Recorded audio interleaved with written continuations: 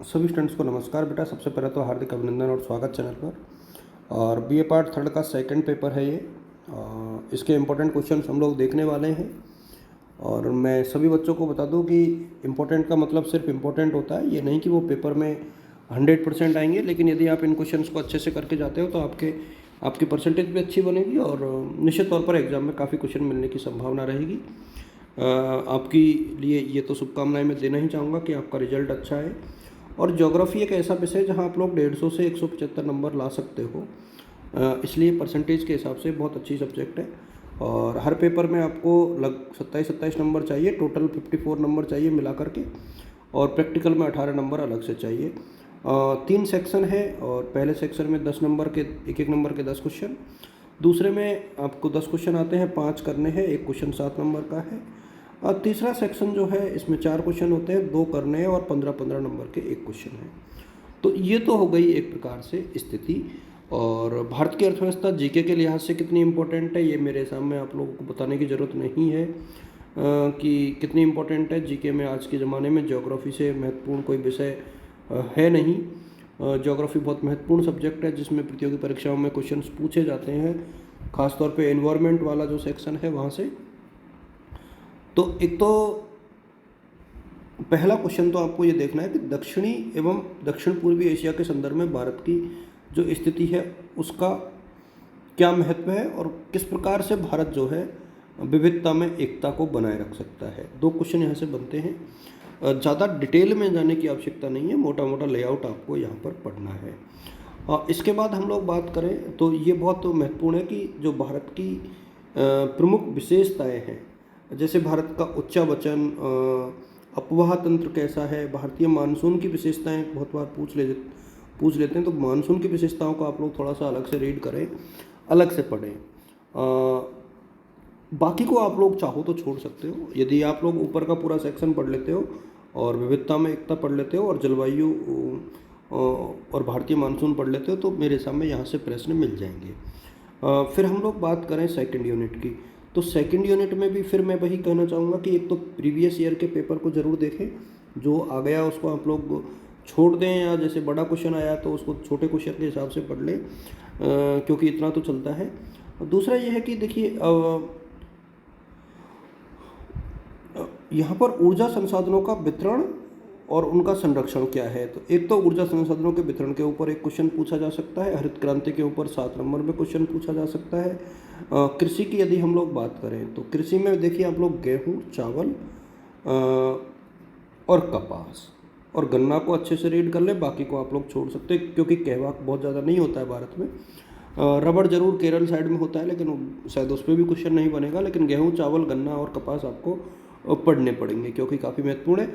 और भारत के प्रमुख कृषि के जो प्रदेश हैं ये भी आपको रीड करने चाहिए क्योंकि ये भी इम्पोर्टेंट क्वेश्चन जो है बनता है। यूनिट 3 की यदि हम लोग बात करें तो देखिए लोहा एवं इस्पात उद्योग तो आपको पूरा पढ़ना ही पढ़ना है। इसके अलावा सीमेंट के उद्योगों की स्थिति पढ़नी है क्योंकि आज की डेट में काफ़ी महत्वपूर्ण है इंफ्रास्ट्रक्चर के हिसाब से, और इनका वितरण और उत्पादन दोनों पढ़ना है आपको। मतलब जितने भी उद्योग दे रखे ना, इनके दोनों चीज़ें आपको पढ़नी है। इसके अलावा भारत के प्रमुख जो औद्योगिक प्रदेश है वो आपको रीड करने हैं। परिवहन में आप अंतर्राष्ट्रीय व्यापार वाले सेक्शन को बहुत अच्छे से देख लें।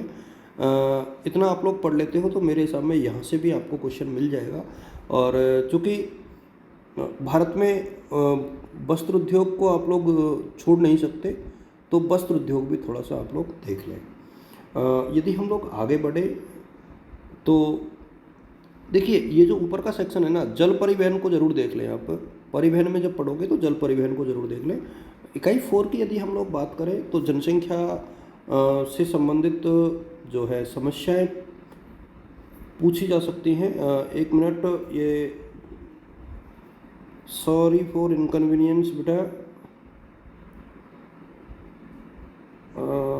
आप लोग वेट करें थोड़ा सा, मैं कोशिश कर रहा हूँ इसको दोबारा रीअरेंज करने का।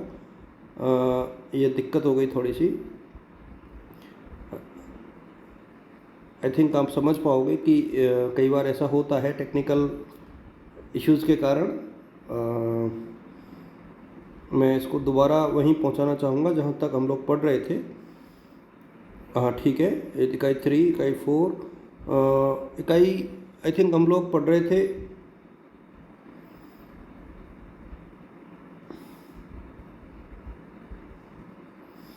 ये सेक्शन हमारा चल रहा था एक्चुअली, जहाँ हम लोग जल परिवहन की मैं आप लोग के साथ बातें कर रहा था। इसके बाद यूनिट यदि 4 की हम लोग बात करें तो एक तो जनसंख्या विस्फोट और इसके कारण और जनसंख्या संबंधी समस्याओं को ढंग से देखना है और कैसे इनको नियंत्रित किया जा सकता है उसके संबंध में आपके सुझाव। तो ये बहुत कॉमन सा क्वेश्चन है, सालों से आप लोग पढ़ते आ रहे हो, तो बीए के हिसाब से तो ये बहुत साधारण बन जाता है। और एक ग्रामीण नगरीय जनसंख्या को थोड़ा सा देख लें, नगरीकरण क्या है, नगरीकरण की विशेषताएं, इसको देख लें। ये पूरी यूनिट आप लोग पूरी पढ़ें क्योंकि एक क्वेश्चन 15 नंबर का और एक क्वेश्चन 7 नंबर का आएगा। तो मेरे सामने ये यूनिट काफ़ी महत्वपूर्ण है और सीधी भी है, यानी ईजी है। तो इस बार तो ऐसा नहीं करेंगे अपन, ये थोड़ा सा पिछली बार गलत हो गया था। देखिए यहाँ से जनसंख्या वृद्धि वितरण घनत्व पूरा पढ़ना है, नगरीय ग्रामीण जनसंख्या पढ़नी है, नगरीकरण क्या है, इसकी प्रमुख समस्याएं क्या है, फिर जनसंख्या विस्फोट, इसके कारण और इससे संबंधित समस्याएं आपको पढ़नी है। इसके बाद हम लोग 5वीं यूनिट की यदि बात करें तो 5वीं यूनिट के में एक तो आपको लिंग भेद और महिला सशक्तिकरण के ऊपर एक क्वेश्चन आएगा, तो ये 7 नंबर में आएगा। और पर्यावरण पर विकास का प्रभाव, तो सकारात्मक और नकारात्मक दोनों आपको देख लेने हैं। सामाजिक एवं जातीय तनाव, ये आपके ऊपर एक क्वेश्चन बनता है, 7-7 नंबर के ही बनते हैं सारे क्वेश्चन। इसके अलावा जो है प्रादेशिक भिन्नताएं यानी जो रीजनल डिस्पैरिटीज़ हैं वो किस प्रकार से फिलहाल फैली हुई हैं देश में। तो ये 2 यूनिट लास्ट के आप लोग थोड़ा अच्छे से रीड करोगे तो मेरे हिसाब में पेपर अच्छा बैठ जाएगा। पिछले साल के क्वेश्चंस को छोड़ करके बाकी आप कर लेना। मैंने सभी के हिसाब से बताने का प्रयास किया है, पुराना पेपर मैं आप लोग के साथ साझा कर दूंगा, उसके माध्यम से आपको और डिटेल पता लग जाएंगी। और उम्मीद करता हूँ कि ये क्वेश्चंस आपके लिए लाभदायक सिद्ध हों। आप सभी को शुभकामनाएं, ऑल द बेस्ट। और